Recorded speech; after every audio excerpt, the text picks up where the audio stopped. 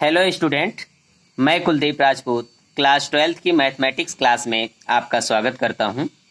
बच्चों, हम लोगों ने क्लास 12th की मैथमेटिक्स का पहला चैप्टर संबंध एवं फलन रिलेशन एंड फंक्शन के बारे में पिछले वीडियो में अच्छे से डिस्कस कर लिए थे। अब हम लोग इस वीडियो में एनसीईआरटी बुक से एक्सरसाइज टू एक्सरसाइज एक एक क्वेश्चन को हम सॉल्व करके आपको समझाएंगे। तो बच्चों चलिए हम लोग देखते हैं पहला क्वेश्चन क्या है। प्रश्नावली 1.1 एनसीईआरटी बुक से हम लोग एक एक क्वेश्चन को सॉल्व करेंगे। आप लोग ध्यान से समझिए। अगर किसी बच्चे को कहीं पर भी कोई डाउट होता है तो बच्चा कमेंट में डाल दीजिए, उसको हम नेक्स्ट वीडियो में आपको प्रोवाइड करा देंगे। तो देखिए बच्चों, सबसे पहला क्वेश्चन हमारा कह रहा है निर्धारित कीजिए कि क्या निम्नलिखित संबंधों में से प्रत्येक स्वतुल्य सम्मित तथा संक्रामक है। इसके पहले यानी जो पिछली वीडियो थी हमारी, उसमें हम लोगों ने बहुत अच्छे से डिस्कस कर लिया था कि स्वतुल्य सम्मित तथा संक्रामक संबंध क्या होते हैं। तो देखिए समुच्चय A इज इक्वल टू 1, 2, 3 13, 14 में संबंध R इस प्रकार परिभाषित है कि R is equal to x comma Y such that 3x minus y is equal to 0। Most important question है ये। एक्सरसाइज यानी प्रश्नावली 1.1 का 1 का फर्स्ट पार्ट है, तो ध्यान से समझिए। यहां पे बहुत अच्छे से आप देखिए, बहुत आसान तरीके से आपको यहां पे हम बताएंगे। देखिए दिया हुआ है समुच्चय A इज इक्वल टू, हमें क्या गिवन है। देखिए क्वेश्चन में गिवन क्या है, इस तरीके से हम लोग क्वेश्चन को लगाएंगे। जो समुच्चय हमारा दे रखा है, ध्यान से देखिए, A is equal to 1 2 3 dash dash dash 14 तक, 14 तक दिया हुआ है। अब देखिए यहां पे संबंध क्या दे रखा है, संबंध R ये दे रखा है x और y में एक ऐसा संबंध दे रखा है कि 3x minus y is equal to 0। देखिए इस तरह के क्वेश्चन में सबसे पहले हम लोग यहाँ पे रिलेशन बना लेंगे। क्या होगा, ध्यान से देखिए। अगर यहाँ पे 3x यानी 3x को भेज देंगे तो यहाँ पे y इज इक्वल टू आ जाएगा 3x, माइनस माइनस कट जाएगा, तो यहाँ पे जो y इज इक्वल टू हमारा आ जाएगा 3x। यानी यहाँ पे जो संबंध में जो 1 से 14 तक ही एलिमेंट आने चाहिए, बाहर के एलिमेंट यहाँ पे अलाउ नहीं होते हैं। देखिए यहाँ पे x और y ये संबंध हम देखते हैं।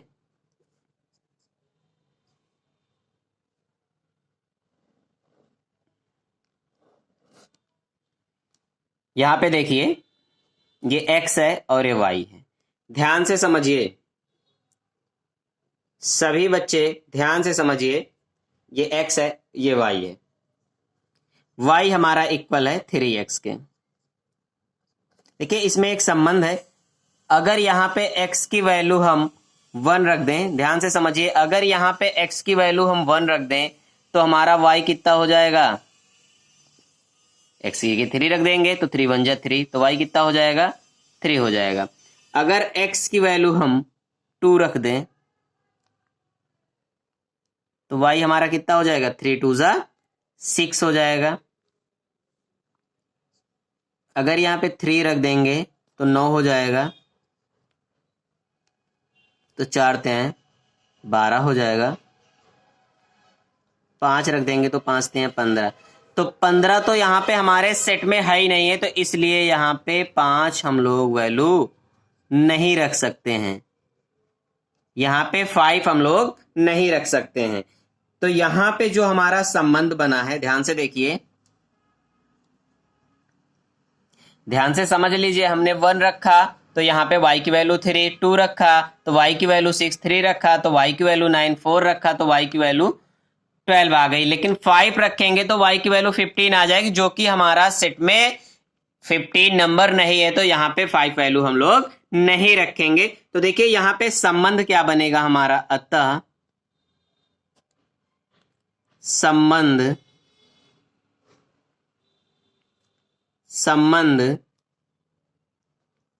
R इज इक्वल टू, जब हम लोगों ने 1 रखा तो हमें 3 मिला है, और जब हम लोगों ने यहाँ पे 2 रखा है तो 6, 3 रखा है तो 9, और 4 रखा है तो 12। इस तरह से हम लोगों ने यहाँ पे संबंध फाइंड कर लिया है। ये हमारा संबंध आ गया है। अब यहां पे ध्यान से समझिए, क्वेश्चन में पूछा गया है कि स्वतुल्य, सममित तथा संक्रमक क्या है। संक्रमक हमें यहां पे दिखाना है, तो ध्यान से देखिए स्वतुल्य संबंध क्या होता है। अगर यहां पे हम स्वतुल्य की बात करें, यहां पे हम स्वतुल्य की बात करें तो ध्यान से देखिए, सबसे पहले स्वतुल्य की बात करते हैं। स्वतुल्य के लिए अगर यहां पे हम स्वतुल्य की बात करें तो देखिए हमारा स्वतुल्य क्या होगा। अगर यहां पे स्वतुल्य का हम बात करें तो स्वतुल्य हमारा हो जाएगा, स्वतुल्य क्या होता है, स्वयं का स्वयं के साथ संबंध, यानी खुद का खुद के साथ। अगर 1 का 1 के साथ, 2 का 2 के साथ, 3 का 3 के साथ, 13 का 13, 14 का 14, 4 का 4 के साथ, तो यहां पे ऐसा कुछ हमें दिख नहीं रहा है। तो देखिए यहां से 1 का भी नहीं है, 2 का भी नहीं है। यहां पे देखिए ए बिलोंग कर रहा है ए के लिए, ये हरिक होता है फॉर एवरी ए बिलोंग कर रहा है ए से के लिए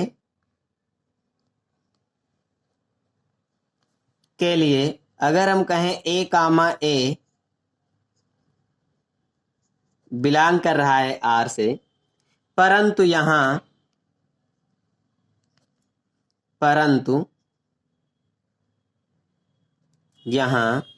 1 comma 1 not belong to R, 1 comma 1 belong नहीं कर रहा है। इसी तरह ETC 14 कामा 14 भी बिलोंग नहीं करेगा आर से। तो यहां पे हम क्या देखेंगे, तो ये हमारा संबंध स्वतुल्य संबंध नहीं है, क्योंकि स्वयं से स्वयं का संबंध बिलोंग नहीं कर रहा है। तो लिख देंगे अतः यह स्वतुल्य संबंध नहीं है, अतः यह स्वतुल्य संबंध नहीं है। देखिए बच्चों, बहुत ध्यान से समझिए। अगर किसी बच्चे को कहीं पर कोई भी डाउट आता है तो आप उसको कमेंट में डाल दीजिए, अगले वीडियो में आपको प्रोवाइड करा दिया जाएगा। अब देखिए यहाँ पे हम लोगों ने स्वतुल्य की बात कर ली है। अब स्वतुल्य हमने क्या बताया था कि स्वयं का स्वयं के साथ संबंध स्वतुल्य संबंध कहलाता है। अब हम लोग सेकंड बात करेंगे। अब सेकंड की बात करेंगे, सम्मित संबंध। अगर हम सम्मित के लिए बात करें तो सम्मित, हमारा सम्मित संबंध क्या होता है, ध्यान से देखिए। सम्मित संबंध देखिए यहां पे अगर 1 का 3 के साथ संबंध है तो 3 का 1 के साथ होना चाहिए। देखिए यहां पे चूंकि 1 का संबंध 3 के साथ है, परंतु 3 का 1 के साथ संबंध नहीं है, तो इस तरह का संबंध सम्मित संबंध नहीं होगा हमारा। अतः यह सम्मित नहीं है। इस तरह से यह सम्मित भी नहीं होगा। तो अब देखिए यहां पे हम लोग संक्रामक की बात कर लें। संक्रामक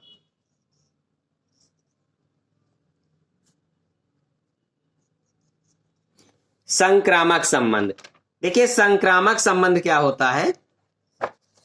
संक्रामक संबंध, अगर हम कहें संक्रामक संबंध हमारा 1 का संबंध 3 के साथ है, ध्यान से समझिए। अगर 1 का संबंध 3 के साथ है तो 3 पे खत्म हुआ तो 3 से शुरू होगा, तो 3 का 9 के साथ है, तो 1 का 9 से होना चाहिए, तो ये यहां पे 1 का 9 से संबंध नहीं है। तो ध्यान से देखिए, 1 का संबंध 3 के साथ है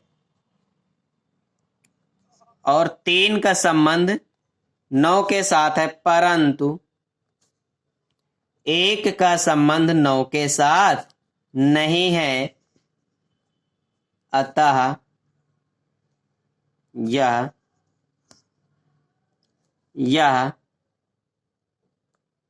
संक्रामक भी नहीं है। इस तरह से हम लोगों ने स्वतुल्य, सम्मित और संक्रामक संबंध यहां पे फाइंड कर लिया है। यहां पे ना तो स्वतुल्य है, न सम्मित है, न संक्रामक है, यहां पे तीनों में से कुछ भी नहीं है। तो इस तरह से हम लोगों ने पहले क्वेश्चन का पहला पार्ट सॉल्व कर लिया है। अब हम लोग पहले क्वेश्चन का सेकेंड पार्ट सॉल्व करेंगे। तो देखिए, पहले क्वेश्चन का सेकेंड पार्ट क्या कह रहा है। पहले क्वेश्चन का सेकेंड पार्ट हमारा कह रहा है प्राकृत संख्याओं के समुच्चय। ध्यान से देखिए, प्राकृत संख्याओं के समुच्चय, प्राकृत संख्याओं के समुच्चय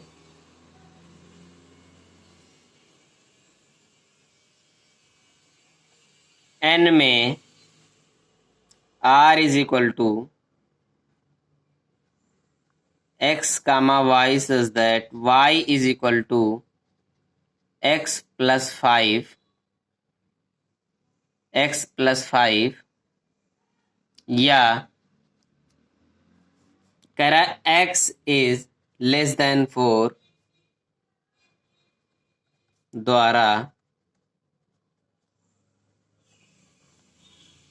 परिभाषित है संबंध R। परिभाषित है संबंध R। तो देखिए बच्चों, ध्यान से समझिए, कह रहा है प्राकृतिक संख्याओं के समुच्चय n में r is equal to x comma Y such that y is equal to x plus 5 या x इज लेस देन 4 द्वारा परिभाषित है। तो देखिए, इसमें भी हमें चेक करना है। यहां पे अगर हम बात करें प्राकृतिक संख्याओं का समुच्चय n, यानी प्राकृतिक संख्याओं का समुच्चय, देखिए यहाँ पे संबंध हमारा क्या दिया है। सबसे पहले हम गिवन की बात करेंगे। यहां पे हम गिवन की बात करेंगे, तो ध्यान से देखिए यहां पे संबंध क्या दिया है। अगर यहां पे हम गिवन की बात करें, हमारा संबंध क्या दिया है, r is equal to x comma Y such that y is equal to दे रहा है x प्लस 5। कंडीशन दे रहा है x की जो वैल्यू है x लेस देन 4। अब यहां पे हमें x और y प्राकृतिक संख्या आनी चाहिए। ध्यान से देखिए, जो x और y में जो रिलेशन दे रखा है, जो y का मान है वो x प्लस 5 है और x का मान जो हमें लेना है यहां पे 4 से कम है। देखिए, प्राकृतिक संख्याओं का संबंध दे रखा है। ध्यान से देखिए, ये x का ले लो और ये y का, और y इज इक्वल टू हमें दे रखा है x प्लस 5 और x का मान हमें कितना लेना है, 4 से कम लेना है। x का मान हमें 4 से कम लेना है। और ये जो संबंध होगा, ये संबंध प्राकृतिक संख्याओं में होगा, क्योंकि क्वेश्चन ऑलरेडी पहले से कह रहा है प्राकृतिक संख्याओं के समुच्चय में। तो ध्यान से देखिए, अगर x की वैल्यू यहां पे हम लोग 1 रखते हैं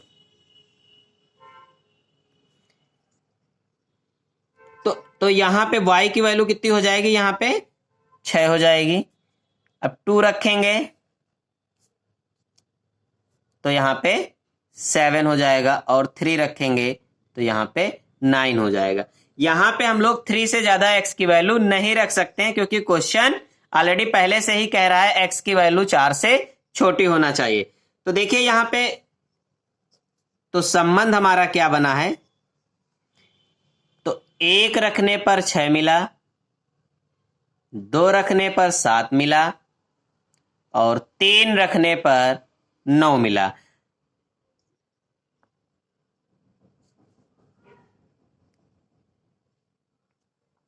यहां पे 3 रखने पर हमारा यहां पे 3 रखने पर 8 मिलेगा।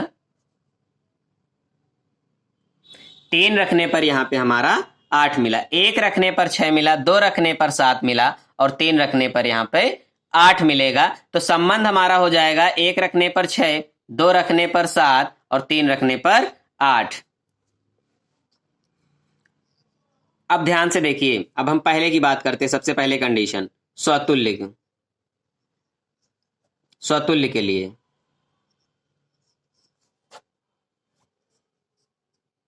देखिए, जो यहां पे स्वतुल्य की हम बात करेंगे, जो हमारा यहाँ पे समुच्चय दे रखा है वो प्राकृतिक संख्याओं के समुच्चय दे रखा है। और स्वतुल्य कब होगा? जब स्वयं का स्वयं के साथ संबंध होगा। तो ध्यान से देखिए, अब यहां पे खुद का संबंध खुद से होना चाहिए, स्वयं का संबंध स्वयं से होना चाहिए। तो यहां पर ये ऐसा कुछ है नहीं, तो इसलिए ये स्वतुल्य भी संबंध नहीं होगा। हम कह दे यहां पे फॉर एवरी, अगर हम प्रत्येक ए के लिए ले लें, यहां ए कामा ए नॉट बिलोंग टू आर, स्वयं का स्वयं के साथ संबंध नहीं है। अगर यहां पे हम कोई एग्जांपल दे दें, चूंकि ए कामा ए नहीं बिलोंग कर रहा है आर में, तो यानी स्वयं का स्वयं के साथ संबंध नहीं है। तो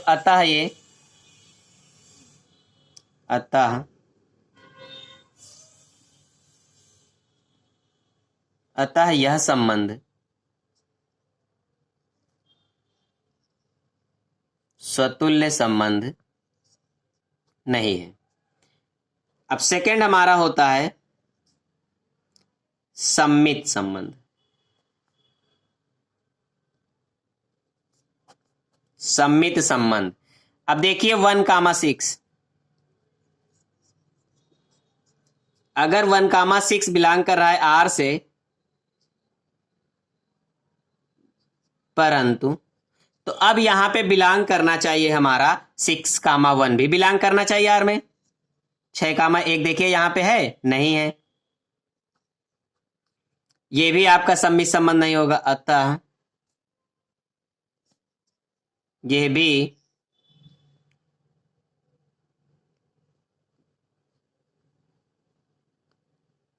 सम्मित संबंध नहीं है। देखिए, ये सब हम लोग यहाँ पे इसे चेक कर रहे हैं, स्वतुल्य है कि सम्मित है कि संक्रामक है। तो हम लोगों ने देखा कि ये भी सम्मित संबंध नहीं है। अब हम लोग तीसरा देखते हैं, संक्रामक।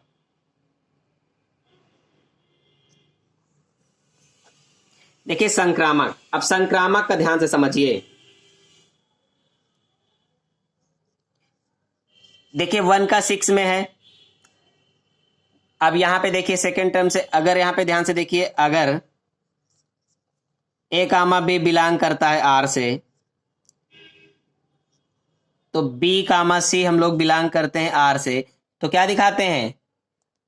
ए कामा सी भी बिलोंग करेगा आर से। जब ये कंडीशन होती है तब हमारा संक्रमक होता है। यहां पे देखिए, अगर 1,6 बिलोंग कर रहा है, 6 का किसी और के साथ होना चाहिए, तो यहां पे 6 नंबर है ही नहीं है। तो इस तरह से हम लोग कह सकते हैं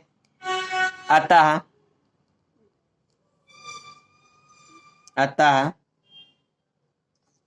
ये भी संक्रामक संबंध नहीं है। इस तरह से हम लोगों ने क्वेश्चन नंबर फर्स्ट का सेकेंड पार्ट भी कर लिया है। अब हम लोग आ जाएं क्वेश्चन नंबर फर्स्ट के थर्ड पार्ट में। देखिए बच्चों, थर्ड पार्ट क्या हमारा कह रहा है? थर्ड पार्ट हमारा यहां पे कह रहा है समुच्चय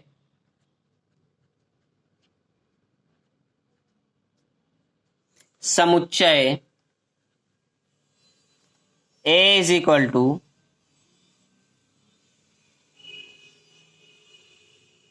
1, 2, 3, 4, कामा 5 कामा 6 में r is equal to x comma y such that y भाज्य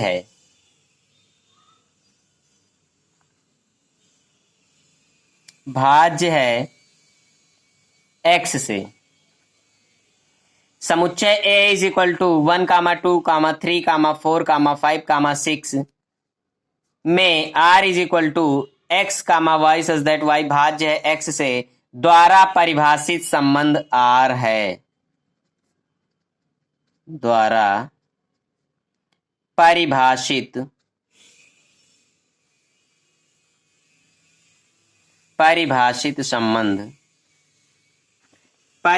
संबंध r है।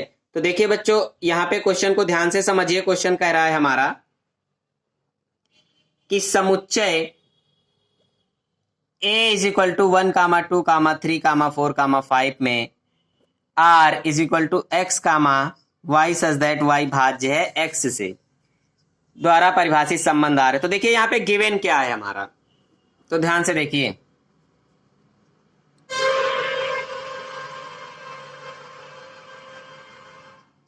देखिए क्वेश्चन को ध्यान से समझिए। यहां पे हमें संबंध इस तरह से बनाना है कि जो y है x से पूरी तरह से भाज्य हो जाए। देखिए क्वेश्चन में कह रहा है y भाज्य है x से, यानी हमें संबंध इस तरह से बनाना है कि y पूरी तरीके से x से भाज्य हो जाए। तो यहाँ पे गिवन क्या है हमारा, गिवन है a is equal to 1 comma 2 comma 3। तो देखिए यहाँ पे गिवन क्या है, ध्यान से देखिए। गिवन है हमारा a is equal to 1 comma 2 comma 3 comma 4 comma 5 comma 6। अब देखिए यहाँ पे क्वेश्चन हमारा कह रहा है y जो है वो पूरी तरह से x से क्या हो जाए, भाज्य हो जाए। अब यहाँ पे हमें गिवन है a is equal to 1 comma 2 comma 3 comma 4 comma 5 comma 6। अब जो हमारा यहाँ पे क्वेश्चन कह रहा है, देखिए बच्चों अब हम लोग इस क्वेश्चन को नेक्स्ट वीडियो यानी अगले वीडियो में सॉल्व करते हैं।